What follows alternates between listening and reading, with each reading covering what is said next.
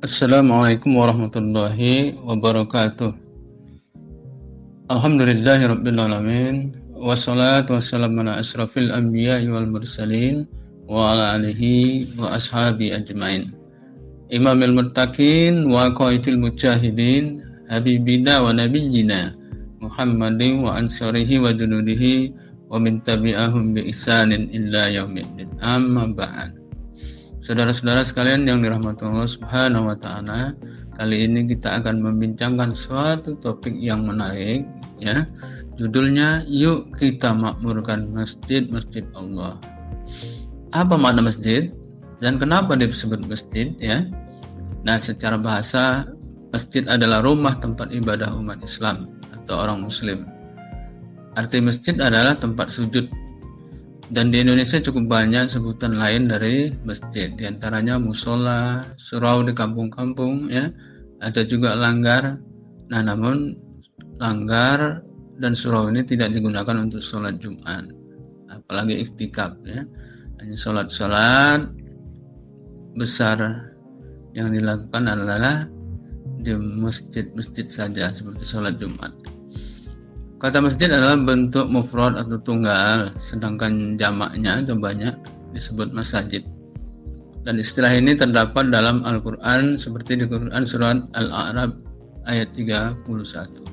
Bismillahirrahmanirrahim. Ya bani Adama uzu zinatakum inda kulli masjidin wa kulu wasrabu wa la tusrifu innahu la yuhibbul musrifin. Ya. Hai anak Adam, pakailah pakaianmu yang indah di setiap memasuki masjid. Makan dan minumlah, tetapi jangan berlebih-lebihan. Sungguh Allah tidak menyukai orang yang berlebih-lebihan. Inilah salah satu dasar kenapa dianjurkan berpakaian yang baik-baik untuk memasuki rumah Allah, memasuki masjid. Ya. Yang kedua di Quran surat At-Taubah ayat 18. Ya, Bismillahirrahmanirrahim. Innama ya'muru masajidallahi man amana billahi wal yaumil akhir wa aqamus salata wa atuz zakah wa lam yakhsha illallah fa asa ulaika ayyakunu minal muhtadin.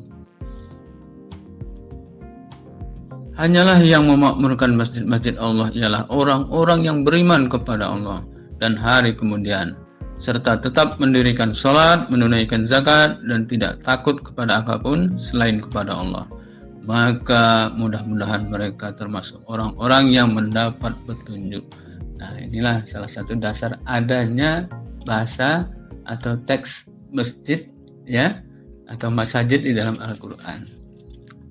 Nah, kita ingin apa fadilah-fadilahnya, ya, atau keutamaan-keutamaan beribadah di dalam masjid ini. Kita bisa lihat beberapa hadis berikut ini. Hadis pertama adalah, ya, yang diriwayatkan Sunan An-Nasa'i.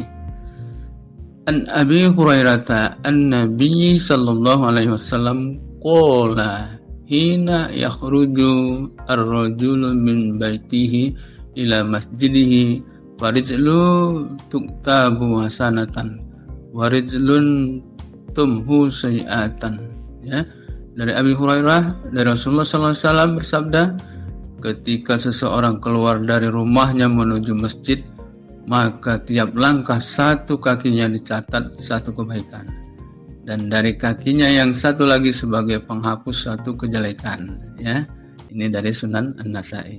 Jadi yang jarak masjid ke rumahnya lebih jauh, ya, jarak masjidnya lebih jauh dari rumahnya, dan berjalan ke masjid pahalanya lebih banyak. Dan orang yang menuju kebaikan, ya, layaklah mendapat peningkatan derajat dari Allah. Begitu juga, ya, yang meninggalkan keburukan layak mendapat keampunan dari Allah Subhanahu wa taala. Hadis berikut yaitu yang terkait dengan kalau berkumpul dalam masjid untuk belajar Al-Quran, ya, akan mendapat ketenangan, ya, bahkan turunnya rahmat. Kita juga akan dikelilingi oleh para malaikat, ya. Ini dalam hadis, ya, Sunan Abu Daud. An Abi Hurairah an Nabi sallallahu alaihi wasallam qala majtama qaumu fi baiti min buyutillahi ta'ala yatluna kitaballahi wa yatadarasunahu bainahum illa nazalat alaihim as-sakinatu wa khasyatuhum ar-rahmatu wa hafathum al-malaikatu wa zakharahumullahu fi man indahu. Dari Abu Hurairah, ya, dari Nabi sallallahu alaihi wasallam, beliau bersabda, tidaklah suatu kaum berkumpul di dalam rumah di antara rumah-rumah Allah Ta'ala. Mereka membaca kitab Allah dan saling mempelajarinya di antara mereka, melainkan akan turun kepada mereka ketenangan. Mereka diliputi rahmat serta dikelilingi malaikat, dan Allah menyebut-nyebut mereka di antara malaikat yang ada di sisinya. Hadis riwayat Sunan Abu Daud. Jadi kita bisa mencatat dari hadis ini, sangat baik untuk baca Quran karena akan mendapat menenang hati, ya, dapat rahmat, menghadirkan malaikat. Kalau ini kita lakukan di masjid-masjid Allah Subhanahu wa taala. Bahkan taklim, ya, ilmu-ilmu yang lain pun sebenarnya akan, ya, menurunkan malaikatnya di sana semuanya, ya. Kemudian hadis berikutnya adalah, ya, saudara-saudara sekalian yang dirahmati Allah, hadis berikutnya adalah yang terkait dengan, ya, An Abdullah bin Umar anna Rasulullah sallallahu alaihi wasallam qala salatul jamaati tafaddulu salata al-fajr bi sab'in wa isrina darajatan. Ya. Dari Abdullah bin Umar bahwa Rasulullah sallallahu alaihi wasallam bersabda, salat berjamaah lebih utama dibandingkan salat sendirian dengan 27 rakaat, ya. Dengan banyaknya kita berjamaah, ya, insyaallah, ya, cukup banyak pahala yang kita dapat. Hadis berikutnya yang cukup panjang terkait dengan, ya, salat Jumat. Ini sangat baik sekali fadilahnya kalau kita pahami dan kita amalkan. Ini hadis riwayat Bukhari, ya. Dianjurkan berangkat lebih awal menuju masjid di hari Jumat karena sama dengan fadilahnya berkurban, ya. Berkurban apa? Nanti kita lihat jenisnya. Ada hewan besar, hewan sedang, ya, hewan kecil. Nah, itu dia, ya. Dari Abu Hurairah bahwa Rasulullah SAW bersabda, barang siapa mandi pada hari Jumat sebagaimana mandi janabah, ya, lalu berangkat menuju masjid, maka dia seolah berkurban seekor unta. Ini yang pertama datang. Dan yang datang pada berikutnya yang kedua, dia seolah berkurban seekor sapi. Dan barang siapa datang pada kesempatan ketiga, maka dia seolah berkurban seekor kambing yang bertanduk. Dan barang siapa datang pada kesempatan keempat, maka dia seolah berkurban seekor ayam. Dan yang datang berikutnya yaitu yang kelima, dia berkurban sebutir telur. Dan apabila imam sudah keluar untuk memberi khutbah, maka para malaikat hadir mendengarkan zikir khutbah tersebut. Hadis riwayat Bukhari, ya.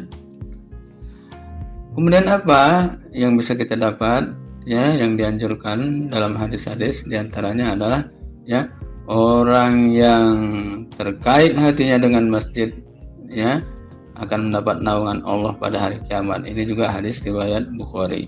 Sementara orang yang membangun masjid akan dibangunkan rumahnya di surga. Masya Allah, ya.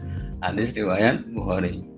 Nah, sebagai penutup kita hendaknya sebaiknya bagi kita yang berangkat ke masjid, persiapkanlah pakaian yang baik, ya, apalagi waktu subuh, waktunya harus panjang. Persiapkanlah dengan mandi dulu, pakai baju yang baik, pakai wewangian, ya. Karena yang kita datangi adalah rumah Allah yang maha suci, maha agung, dan dampaknya juga kepada sesama yang hadir, ya, di masjid itu. Mereka akan nyaman dengan kondisi kita seperti itu. Pakaian yang baik, wewangian yang kita pakai, ya. Nah, karena sebaliknya kalau kita dengan pakaian yang tidak enak dipandang, ya, kemudian bau badannya juga mengganggu orang yang beribadah, ya, ini akan berdampak ketidakbaikan kepada yang hadir. Itulah pentingnya kita menggunakan pakaian yang baik dan pakai wangian sehingga orang akan merasa nyaman duduk di samping kita, ya. Masya Allah, ya. Mudah-mudahan ada manfaatnya bagi kita, ya. Wabillahi taufiq wal hidayah. Wassalamualaikum warahmatullahi wabarakatuh.